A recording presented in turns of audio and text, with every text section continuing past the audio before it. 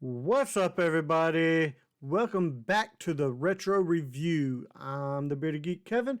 Joining me is Mikey the Freak. Bebo cannot make it this week. He had a prior engagement. Today, we are going to talk about the movie Spaceballs. Spaceballs, right here, man. This this movie is a hero and his trusty half man, half dog set out to rescue a kidnapped princess from the clutches of an evil depot. Um, that's pretty much what IMDb says, and that does not give this movie any of the acknowledgement that it Oh, deserves. no justice whatsoever. Michael, tell us a little bit about this movie, man. Yeah, so we start off with the whole, it's a Star Wars parody from beginning to end. All the Princess Leia, the Darth Vader, all that is all rolled into one. Everyone has a character, right? So you start off, there's a lot of sexual innuendos in this movie, which is what's Mel Brooks known for. Every one of his movies always has some kind of sexual innuendo. Pretty Um, much. yeah, almost every scene, right? So, in the whole movie is a quotable movie. So let's start at the beginning. You have the giant ship, which is also like the parody for Star Wars, right? The giant fighter ship that's come through, which Well, is Spaceball One. Well, when you talk about the very beginning, you have the scroll like in Star Wars too. Yes, yes, The yes, yes, scroll yes. like it's going out into space, saying today is the wedding of princess the princess This is to Vespa, yeah. yep, and it gives a long thing, and then at the very end it says if you can read this, you don't need glasses. Yeah. So Yeah. right there, this is a comedy. Yeah. So it goes right into it. Yeah, and every single scene always has something that is going to make you laugh. That you're going to remember this movie. So Mm-hmm. you basically, if you watch this enough, every single scene you're going to be able to quote. Okay. So with after that, a part of the opening scene, it shows Spaceball One, which is the giant spaceship that everybody's on, and it comes up to where you think it's scrolling so slow, it's going so slow, and then you think that, oh, there's the end of the ship, and it just keeps going, it keeps Nope, going, keeps right? going. The funny part of it, and you read the bumper sticker, we break for nobody. So it basically means that they're in charge. They're going to run you over no matter what it costs, right? I'm Um, curious. I'm yeah, curious where they would pick up a bumper sticker that large. I mean, the size and scale of that sticker had to be enormous. several hundred feet long, several hundred feet long, and probably a couple hundred feet tall. Yeah, the lettering is absolutely huge. So we start meeting. We meet two of your main characters. We start off with Colonel Sanders again, and its name a parody, funny Yep. as hell. Um, that they've notified President Scrooge, and now Dark Helmet's on the way. So Dark Helmet shows up, same concept. They notify President Scrooge. Oh, you went over my helmet. You don't cross Dark Helmet Dark helmet. at all. No. So you end up getting a Schwartz ring to the balls. Basically, like a laser Yeah, blast it's almost. a laser beam to your testicles. Um, and what is it's just so funny because when that scene's happening, the guy's just agonizing in pain. Colonel Sanders is turning his head Yeah. and just like, oh, Oh. like it's just I don't want to feel that pain. And he goes, Colonel Sanders, and he goes, what? And he covers his balls at the same time. So that scene right there just starts it off. So you don't want to cross Dark Helmet. All right. So as they find um, Princess Vespa, they have her on radar. They walk over to the radar, and what the hell is all this churning and bubbling? You call this a radar screen? No, No, sir. We sir. call it Mr. Mr. Coffee. Coffee. Care for Of some? course I do. Yes, of course I do. I watch Radar, or I drink my coffee when I watch Radar. You know that. Everyone knows that. Of And course then we they do, grab their sir. balls. Of course we do, sir. So again, you don't want to cross Dark Helmet. So yeah. So and then the funny scene with that one, he drinks the coffee. He's like, He hits him and he's like, hot, too Too hot. hot. Which, by the way, is one of the scenes I quote just about every time I put something in my mouth that's Yes, freaking too hot. yes, yes. And whether it's hot or not, you still want to Yeah. go hot, Hot. too Too hot. hot. Yeah. Um, and then we go and figure out that um, the whole plot behind Spaceballs is they're running out of air. Spaceball City is running out of air, and they want to steal planet Geridia's air. So 10,000 years of fresh air is what they have. So they have an air shield that is blocked, and the only way to get in and out of it is it's a combination like a safe, and they shoot out of it. Or as the end of the movie, you'll find out how they steal it. But go into the wedding scene. Also, hilarious wedding scene. The C-3PO version in this movie is Dot Matrix, Yeah. Played which by is a Joan printer, Rivers. a printer, Dot Matrix. Um, so that's one of those ironic things with the names. Then we meet Princess Vespa, King Roland, and then Prince Valium, the late J.J. Bullock, funny as hell. So Prince Valium cannot stay awake because hence his name Valium. Valium. Yeah. So what I like about that scene, he's the last prince left in the galaxy. She's forced to marry Prince Valium, and the priest Which is. if you notice, this is like the common movie trope. The prince or princess is being forced to marry, just like in one of our previous retro reviews in Coming to America. They they flee. They gotta go. Yes, I they don't want to do be not married want to to do this it. person. Yeah. Absolutely, yeah. That you can't force a prince or princess to get married in any of the '80s movies I've ever seen. It seems. So what's funny about that scene is like the priest is narrating narrating the scene technically and saying, "Dearly beloved, we're gathered here today, Prince Valium and Princess Vespa, and the bonds of holy matrimony." As she goes down the ramp and out the door. Yeah. No. No. By the time he gets to her, she takes off and is Princess Vespa, who right past the altar, down the ramp and out the door. It's freaking amazing. It's like he's commentating NASCAR or something. Yeah. It's freaking hilarious. So she runs out to the getaway car, which is basically a 2001 limited edition Mercedes, which is a tribute to 2001 Space Odyssey. Yep. Which is also funny because when the movie, now that we're past 2001, you look back and you're like, oh, I don't think we'll make it to with a 2001 Mercedes to space. Probably not. Yeah, so I thought that was pretty funny when watching it. But so she runs away. Another funny scene when you're talking to Dot Matrix is trying to talk like, what the hell's going on? What are we doing? She can't hear him. You hear music playing, and you think it's in the movie itself, and she pulls off her hair. Yeah, and it's the bun. It's the Princess Leia buns from Star Wars, and their headphones. You're like, oh, I didn't see that coming. That's hilarious as hell. So she's ran away. Going to that's where we meet up with the hero, Lone Star, and his sidekick Barf, a Mog, half man, half dog. He's his own best friend. Yeah. So we meet up with them, and then we also see the iconic.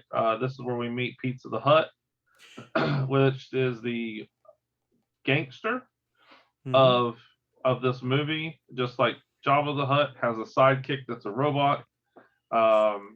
Ends up eventually eating himself to death. He Yes. gets locked in his car and eats himself to death. This sets up the whole plot because Yeah. Lone Star and Barf owe Pizza the Hut $1 million space bucks. So to get the $1 million space bucks, they have to rescue the princess, who is now being attacked by the Spaceballs at this point. Yes. So once we see her being attacked, that's when we go into one of the most iconic and funniest scenes that I think in the movie. Oh, hilarious. Is Dark Helmet asking him to fire a warning shot across her nose, which is just funny anyway.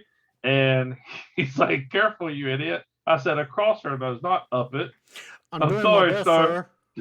That's perfect face. I love it. Sir. I can't do that face. Sorry, sir. Doing my best. Who made that man a gun? Oh no, what's that guy's name? He's an asshole, sir. I know that. What's his name? That is his name, sir. Asshole. Major asshole. Who made that man a gunner? I did, sir. He's my cousin. He's an asshole too, sir. Gunners make first Philip asshole. How many assholes we got up on this ship anyhow? Yo. Oh. I knew it. I'm surrounded by assholes. Keep firing, assholes. So I think that's the funniest scene of the entire movie. Because everything works. Major asshole, Philip asshole. Yeah. All the names work. So comedic genius. So as they got rid of that, Lone Star is trying to save her. Saves her out of her car. Spaceballs capture the vehicle. Goes in to find the vehicle empty.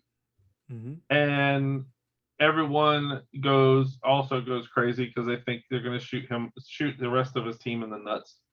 So because the car's empty. How did Lone Star get to the princess? How without being noticed? He jams the radar with strawberry. And he eats strawberry. Nope. What? No. Raspberry. What? Raspberry. That's right. I was thinking strawberry. Nobody gives. There's only one man who dare give me the raspberry. Lone Star. So, and that's one of the scenes too. When after he makes that comment where he gets hit by the camera. Yes. In his helmet. And this movie here is huge with several scenes. But I think there's 4 to 6 scenes where they break what the movie industry calls the fourth wall. Fourth wall. Yeah. So where we see behind the scenes, and they bring that part of the atmosphere into the movie. So that's another good one. Yeah, they look directly at camera or something and talk to the audience instead of, or talk to the camera itself instead of, pretending that it's not there. Yes. So at that point, they have Lone Star. Lone Star has the princess. They are forced to land at this point. They should have put more than $5 worth of gas in. Then the whole movie would have completely changed. Oh, come on, man! You skipped past the whole ludicrous speed and light speed and. Yes. Oh, yes. I'm sorry. So Lone Star, they jump the light speed, and they're like, "What happened? Where are they?" So he's like, "I don't know. They must have hyperjets on that thing." Well, what do we got on this thing? A Cuisinart? No, sir. We'll find them, catch them. So I said, prepare ship for light speed. No, light speed's too slow. And everybody's like, what the hell? Light speed's too slow? They're like, we got to go straight through ludicrous speed. Everybody's like, what? Sir, we've never gone that fast before. What does it matter, Colonel Sanders? Chicken? Prepare ship. Ship for ludicrous speed. Fasten all seatbelts. Secure all entrances and exits. Was it secure all animals in the animals zoo? In the zoo, yes. Secure all animals in the zoo. And they're like, what the hell? So he's like, sir, you better buckle up. I'll buckle this. Ludicrous speed. Go! And it's absolutely the fastest because it's ludicrous speed. They jump from light speed straight past ridiculous speed to ludicrous speed. So they go to plaid. Ludicrous speed, I guess, is a plaid color in space I because guess it's it so turns fast. It turns to plaid. leaves like a plaid trail behind him and everything. It's so cool. So after they've gone to ludicrous speed, they fly way past Lone Star by a week and a half is what Marv says. So because they went in the light speed, that's where they run out of gas. They should have put more than $5 worth in, or like I said, this movie would have been over. They went straight to planet Druidi and have been over with. So they're forced to land on a moon of Vega, which has a Tatooine atmosphere, desert atmosphere, and that's where they meet the Dink Dinks. Dink dink dink dink dink dink dink dink dink. Excuse me. So the Dink Dinks are a series of almost like seven dwarfs to Snow White, but the Dink Dinks are Yogurt is where we start meeting Yogurt. They are his helpers.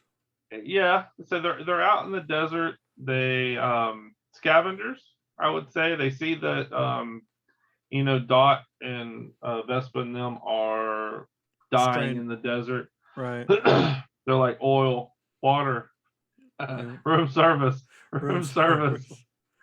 kind of see where their characters are when they're in desperate need. Excuse me. So they find them, we meet them, they take them to Yogurt. So the first time we meet Yogurt, it's in a Wizard of Oz type setting. Giant statues talking, smoke coming out of its ears. Very trying to think of the word. Intimidating. Ominous. Very ominous. Yeah, and it has that intimidating, scared look to it. Yes. So so then we meet him and we're like, oh, it's Yogurt the Wise, Yogurt the Magnificent. It's like, oh no, just plain Yogurt. Yogurt, just plain Yogurt. So also funny with the names, the parody from Yoda to Yogurt. So then we go. What ahead. do they do there? What does Yogurt do there? In this all little about, temple. He does all the merchandising for the movie. He makes all the merchandising. Yes, it's where the power of the money from the movie is made. So the real money from the movie is made. Yeah. So we got Spaceballs, the breakfast cereal, Spaceballs, the lunchbox, Spaceballs, the T-shirts, the coloring book, and Spaceballs, the flamethrower. Kids are gonna love this one. So I don't know if you noticed, but the Spaceballs, the coloring book, that was Transformers. That was Transformers. That was a solid Transformers. Big old Optimus Prime on the front. So Yogurt is one where at this point Lone Star is still confused on who he is because they talked in the desert, him and Vespa, and he don't know who his parents are. He was left on the steps of a monastery. So when all he had was a medallion around his neck that was in gibberish to him, he don't know how to translate it. So they get the Yogurt, and he asks advice from Yogurt, and Yogurt says that he can translate it after he's clearing his throat. And basically it's one that where when he knows what it is, but he's not going to tell him. He said when the time is right, we're going to tell you what that means. Okay. So at that point, they Spaceballs finds where they're at and land on the moon of Vega. So how they find out where they're at is also another quotable scene. Breaking the fourth wall. Breaking that fourth wall. Yeah, absolutely. So like there's been a breakthrough in home theater markets where VHS is out before the movie is finished. He's like, Colonel Sanders, a word? How the hell can we have a VHS? We're in the middle of making it. So There's been a yeah, breakthrough in home video cassettes. They're out before the movie's finished. Nah, nah, here it is, sir. sir. Spaceballs the Spaceballs the movie. movie. So yeah, so looking at the screen or looking at the TV. So then all three of them are sitting there and they're like, all right, prepare to fast forward, fast forwarding, sir. Yeah. They go through and They see show that they show the scenes where he difference, flies through. the They ludicrous stop the speed. ludicrous speed where Dark Helmet flies through and crushes his helmet in the front of the Spaceball. Shippy's like, It's like, move past this. In fact, never play this again. yeah. And then they goes, okay, go ahead, Captain, stop right here, stop, and it's at the scene that they're in now. When the hell does this happen in the movie? Now, sir, you're looking at now. Now, what happened to then? You passed it. When? Just now. You're at now. Go back to then. Be now. Soon. Yeah. So fast forward again. They see that they're on a moon of Vega, and they're like, "Who? By tomorrow morning, they will be our prisoners." He's like, "When? Who? What? Where?" Like he has no clue what the hell's going on now and what they've been doing. So they find it. They go to the moon of Vega. They sit down and actually have a plan to comb the desert. Yes, comb the desert. So the funny part, yeah. The funny part that is Scroob says. That's what Scroob says. They let him know that they're on the moon of Vega, so he wants them to comb the desert. So they're being comb the desert. Really literal here. Because so there's in a hover car, which I think is funny. They're in a hover car on the on the moon. I apologize. They're on the moon, and he's like, "You think we're being too little?" "No, you idiot." He said, "Comb the desert," so we're combing it. He's like, "What have you guys found?" "Nothing yet, sir." You see guys out there with a big ass ace comb, actually dragging it through the desert, combing it. Being way too literal. Yes. And then, of course, you have Mel Brooks's iconic pushing the envelope racial humor with a black guy out there with a pick, the small pick, and says, "What have you guys found yet?" "Man, we ain't found shit." Which is also an iconic part of the movie and funny. So they do end up finding the hideout, and they do try to lure Princess Vespa out to kidnap her and get her on Spaceball 1 again. Okay, so we go back down to they've captured the princess again. So now it's time for Lone Star and Barf to rescue them from Spaceball City. Correct. Okay. Yeah, so they fly the Winnebago in. They've got to impersonate officers. There's your Winnebago. They got to impersonate officers. It's funny, another scene when they end up meeting the princess and finding out what cell block she's in. She's saying they start saying no, and then it's nobody knows the trouble I've seen. They're like, huh. She's a bass. Never thought. So I thought that was kind of funny that she's singing and she ends up singing in almost like a man's voice. They rescue her, get her out as they are chasing them. So another funny part, as they're actually chasing them through and they're trying to capture all four of them, they think they captured them. They got all four dead to the rights, and they captured their stunt doubles, which is another fourth wall break. Yeah. That was absolutely hilarious because you didn't expect it. Like, oh no, they're captured. What are they going to do now? And it ends up being their stunt doubles. So yeah, so they get away. They're outside.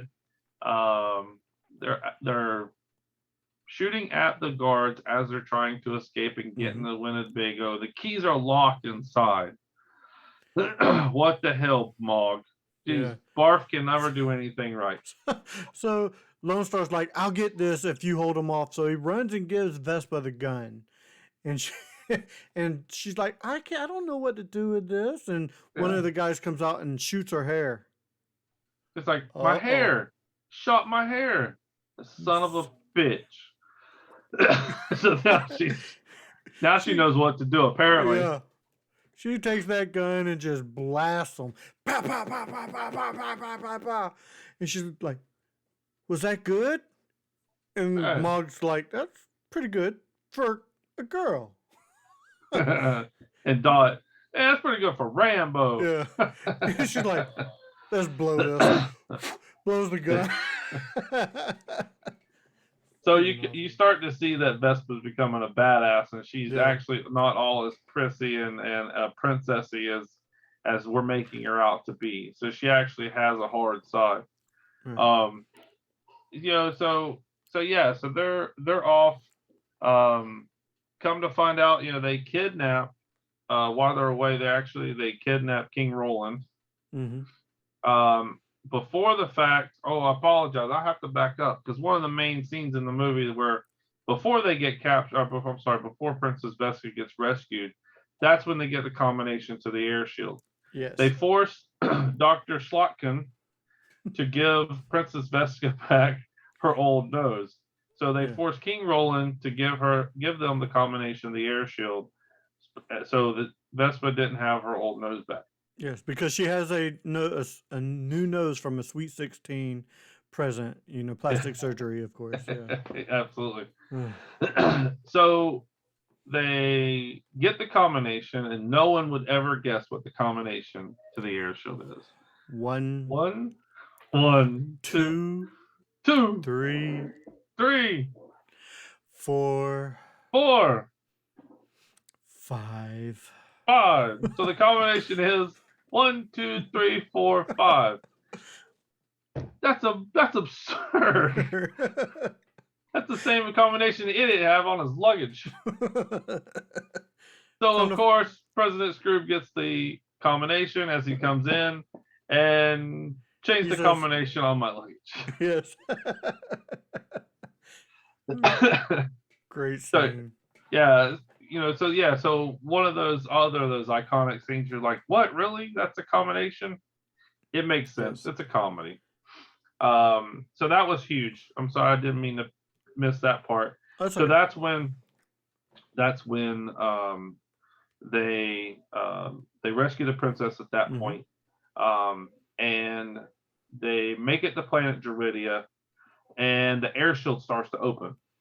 So they never get through. How are they going to be able to get all that air out? And all of a sudden, Spaceball 1 turns into Mega Maid. So that's how they're going to get the air out. A giant vacuum cleaner. It's not a spaceship. That's a transformer. The Spaceball 1 just transforms right into this bit maid looking thing with a vacuum and everything. Freaking awesome. Yeah. On and off switch too. Ain't that some strange shit? Yeah. Just like a regular vacuum would have. So at this point they start to suck all the air out. Trees are starting to disintegrate and go up into the vacuum. All the air is going away, and King Roland basically passes out, lack of oxygen. So we've got to save them. They got to save them. So the only way to get to the self-destruct mechanism to break in is through use the Schwartz. Yes, they got to use the Schwartz. First of all, first. Yeah, they have to use the Schwartz to turn to stop the airflow and reverse it. So Lone Star uses the Schwartz, turns the on and off switch to reverse, and blows all the air that was in the bag back into planet Druidia, turning Mega Maid from suck to blow. Always a sexual innuendo. Yes. So we go into a couple of the other iconic scenes. You know, after they've already reversed the air, now they gotta kill this thing. They gotta blow it up. So they have to go through the ear canal, which is basically the head, which is where everyone is. Mm-hmm. So they make it there to kind of shorten everything. Um, Dark Helmet ends up meeting up with Lone Star at the Mm-hmm. self-destruct button, and another iconic thing comes about where we come to find out that Dark Helmet is Lone Star's fathers, Fathers, brothers. brothers, sisters, cousins, former roommate, Yeah. or But something what that like make that. us? Yes. Something similar to that, yeah. But what does that So make them? absolutely nothing. So why even say it? So that was funny. So, So they have two rings. mhm. Go ahead if you want to talk. Go ahead. Yes, they have two rings, and so now it's time to fight. So, Dark Helmet brings his ring out, and it's like a lightsaber type deal, and then the way he does it, he puts his hand kind of over his crotch and kind of like does like that, and the Schwartz comes out. So Lone Star does the same thing, and he goes, "Oh, you have the ring, and I see your Schwartz is as big as mine." And then they look down. Yeah. Like, okay. Okay. Comparing Johnsons already. Yeah. Jeez. So they have their battle. They get their Schwartz tangled, and again Which breaking the never fourth. happens. Right. Never happens. Your Schwartz can't get twisted. No. So they pull each other off, and this is another breaking the fourth wall thing. They accidentally cut one of the grips or whatever doing the camera work or lighting. He falls off like ah. And Like, he he did it. did it. What? What? Yeah. So anyway, long story short, Lone Star ends up punching Dark Helmet into the self-destruct button. So now they have 2 minutes before the whole thing blows up. So Lone Star hauls ass back to Eagle One, Mm-hmm. Eagle One, and tries to get out of the head. Uh, then craziness ensues within Spaceball One. You know, they're trying to get all the launch pads out. They're trying to get all the escape pods, and this is where some really funny stuff happens. You got Dark Helmet trying to go into, was it Dark Helmet trying to go into one of the escape pods with the bearded lady? Yes. Yes, he's like, he tries to go in, he goes, "That's my escape pod." And she's like, "Who are you?" And he's like, "I'm the bearded lady. Who are you? One of the freaks?" And he like bumps him out the way and takes the escape pod. Yeah, it's all at that point. It's every man or bearded lady for themselves. Yeah. So the three are left. The last three: Colonel Sanders, President Scrooge, and Dark Helmet are left, and there's one escape pod. Well, guys, I'm the president. I think lovely ship. I think you should go down with it. So he cowers out and gets into an escape pod. Unbeknownst to him, one of the bears from the zoo apparently got into the escape pod. And what the hell's wrong with the seatbelt? He tries to clasp it, tries to get his paws together, and he turns around and is like, tries to. And so they can't get out of it. He's stuck now too, and he's like, "Bye bye, bye bye," and shoots out. So at this point, they're stuck. They think they're gonna die. The announcer's like, before was it the self-destruct? The ship will explode unless you hit the self-destruct button. Right? Self-destruct button. Like, what the hell? So they find it. Button. The cancellation button. I apologize. Yeah. So they find it, and it's out of order. Shit, even the future things don't work. So it starts counting down. Self-destruct in 10, 9, 8, 6, 5. 6. What happened to 7? Just kidding. Just kidding. 4, 3, 2, 1. Have a nice day. Thank you. And then boom, it blows up. Lone Star made it out barely. You see the head and the hand holding a piece of the vacuum floating through space. This looks Freaking like the great. Statue of Liberty. Yeah, it ends Another up landing on a planet.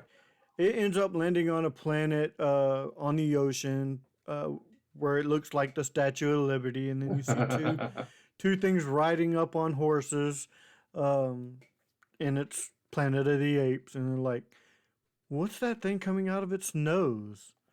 Spaceballs. Spaceballs. Oh shit! Shit! There Here goes the goes. plane. Great. So yeah, another parody or iconic nod to Planet of the Apes, which was Yeah. pretty funny. So yeah, so at this point, we're back to the wedding. No, let's step back one time because they Yeah. actually got to stop and get the soup, right? Yes. They end up not taking the million space bucks because Pizza the Hut ended up getting trapped in a limo and eating himself.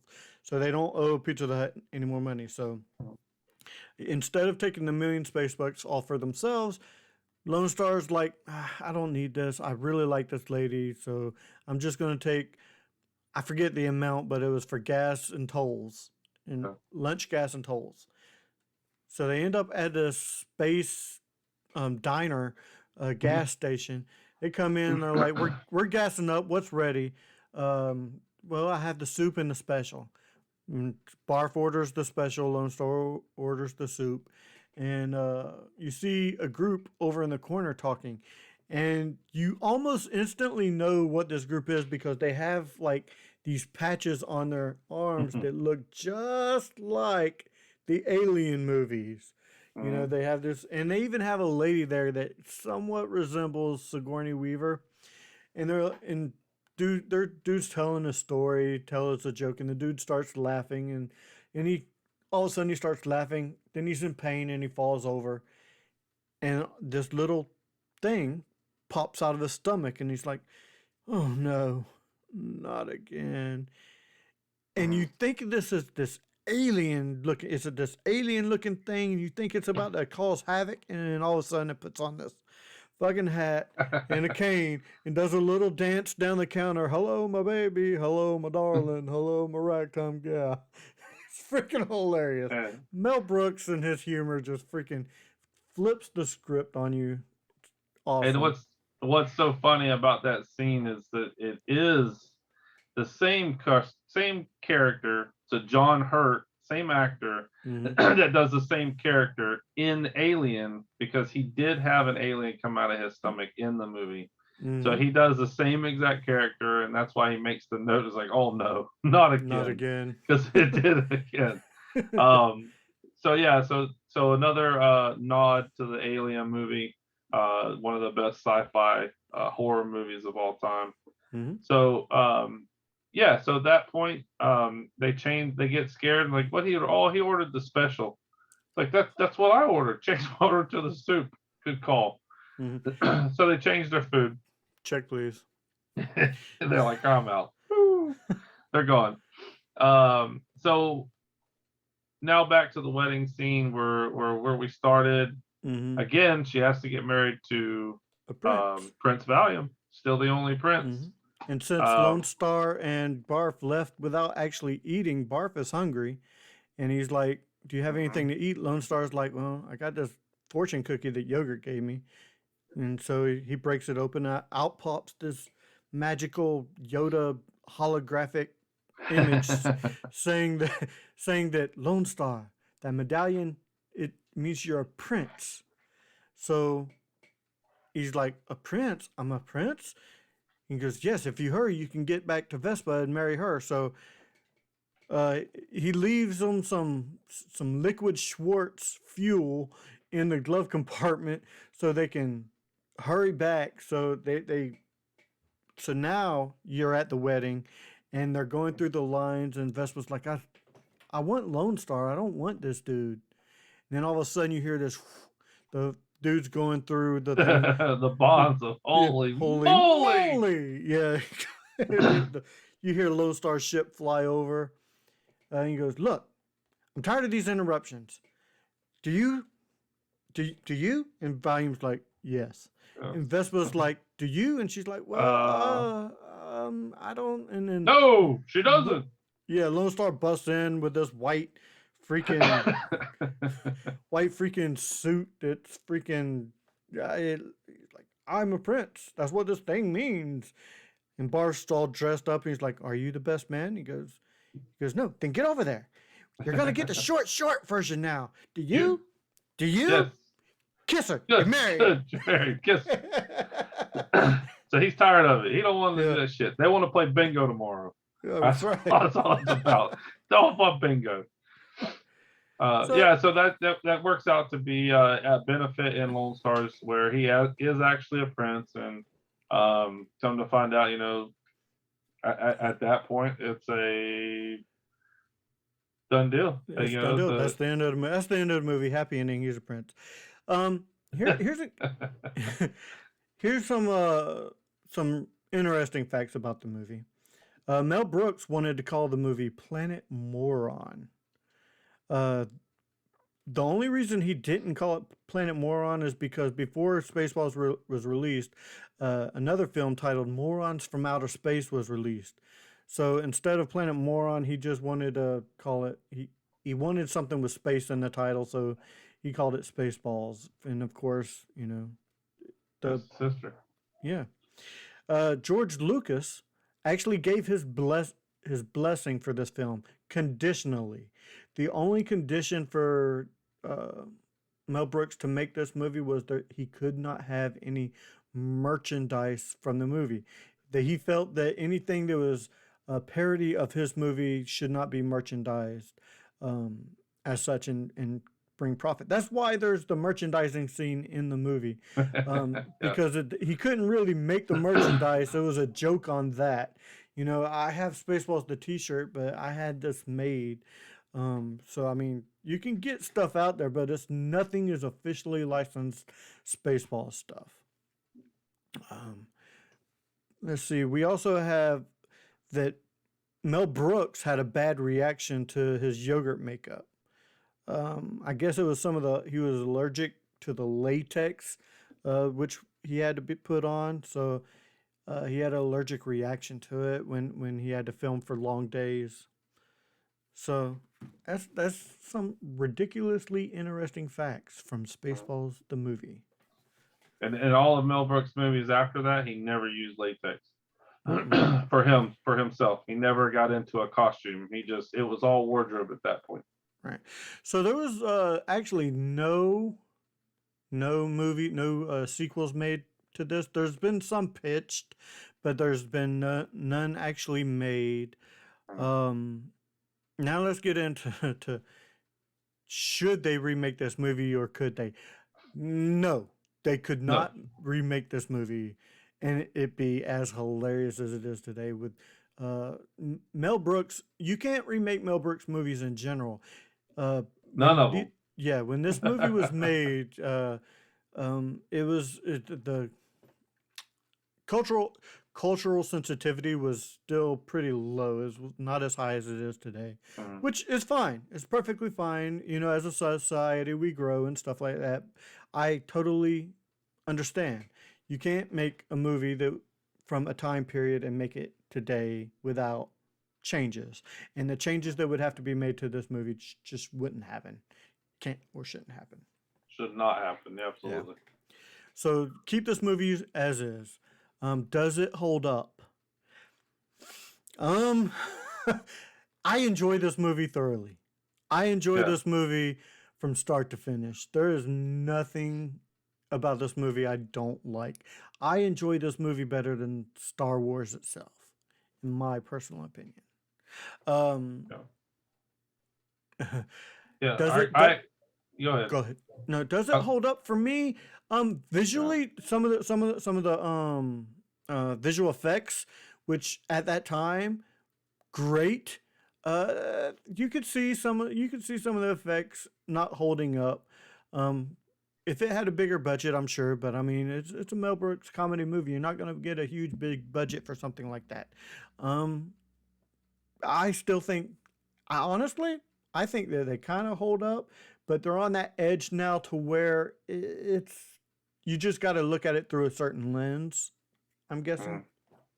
Yeah, I think I definitely think that the movie still holds up being a funny and outrageous comedy that if I were to tell somebody, hey, if there's an old comedy that you need to watch, it's going to be a Mel Brooks movie, Yeah. especially this one. But it's parody, so you have to take this movie with an open mind. You have to take all of Mel Brooks' movie with an open mind. He pushes a lot of racial boundaries. He pushes sexual innuendo boundaries. So it's one of those to where you cannot be offended when you watch this movie, Right. any way, shape, or form, no matter what it is. Um, so so yes, it still holds water to this day. I do agree that they definitely should not make another one. Should not make another Mel Brooks movie. I don't think that they would remake this movie at all. So if they tried to do it with a newer upcoming actor or even something similar, like a reboot to it, I think it would fail. Yeah, I do too. People might watch it, but they'll be disappointed. Yeah. They definitely with the sequels. I don't think they should make a sequel. If they tried to, there's really nowhere to go. Just leave it as is. Leave it alone. Call it a day. So holding water now, absolutely funny as hell. There is no dull moments in No. this movie. Almost every scene has some kind of closet comedy where you have to understand it to get it. There's not a lot of slapstick type Mm-mm. comedy or like fall down type comedy, but it definitely pushes the envelope when it comes to today's society understanding the sensitivity levels, and Correct. you just can't be that way when you watch this movie. All right, Mikey. On a scale of 1 to 10, how would you rate it? Let's see. It comedy, it's there. Comedy, it's in the 8 range. If we talk about sustainability, we talk about the comedic value like we have before. I'm still in the 7.5 to 8 range. Let's just go with an 8. I'll take an 8. 8 just because I love the movie. Um, it's hard to rate it higher than an 8 just because there's a lot of corny parts on there Yeah. where it's like, well, that was stupid. But comedic value, sustainability, I give it an 8, and on a personal level as well. Personally, I'm going to take into the fact that I love this movie. This Yeah. is one of my top 5 favorite movies of all time. I'm going to give this, I'm going to take that into consideration. I'm going to take the visually and I'm going to take the comedic level and I'm going to give this a 8.5. Yep. Um, I'm going slightly above what you gave it, but I'm giving it that extra 0.5 simply because it's one of my personal favorites of all time. And that's what bumps it up a little bit for me. I could watch this movie any day of the week. I could seek it out and find it. I pop the Blu-ray in if it's not streaming anywhere. I I love this movie. Um, I do believe though that that does it for this episode of Back to the Retro Review. I'm sorry everybody that this episode went a little long. We're going to try to keep it around the 30-minute mark. This one's Yep. probably closer to 50 minutes. But So much detail, so much details. that They've got to watch this movie. yeah, We've loved this movie on a personal level, so we had to spend a little bit more time with this movie just because we didn't want you guys to miss a scene. It is yes. a hilarious movie. Get out there and watch it. I love doing these reviews. Like and subscribe. Give us some ideas. Even give us some tips and tricks. Are there questions that you guys want to hear? Is there something we're not asking? Is there anything that is outside the norm that you want us to do? Let us know. Yeah, tell us what you would like us to review. Yeah, Actually, absolutely. leave a comment. We'll respond. Uh, just let us know what you wanted us to review, and you may see it on the channel. So, For Mikey the Freak, Bebo, who's not here, and I am the Bearded Geek saying, back to the retro review. Keep it popping. See ya, folks.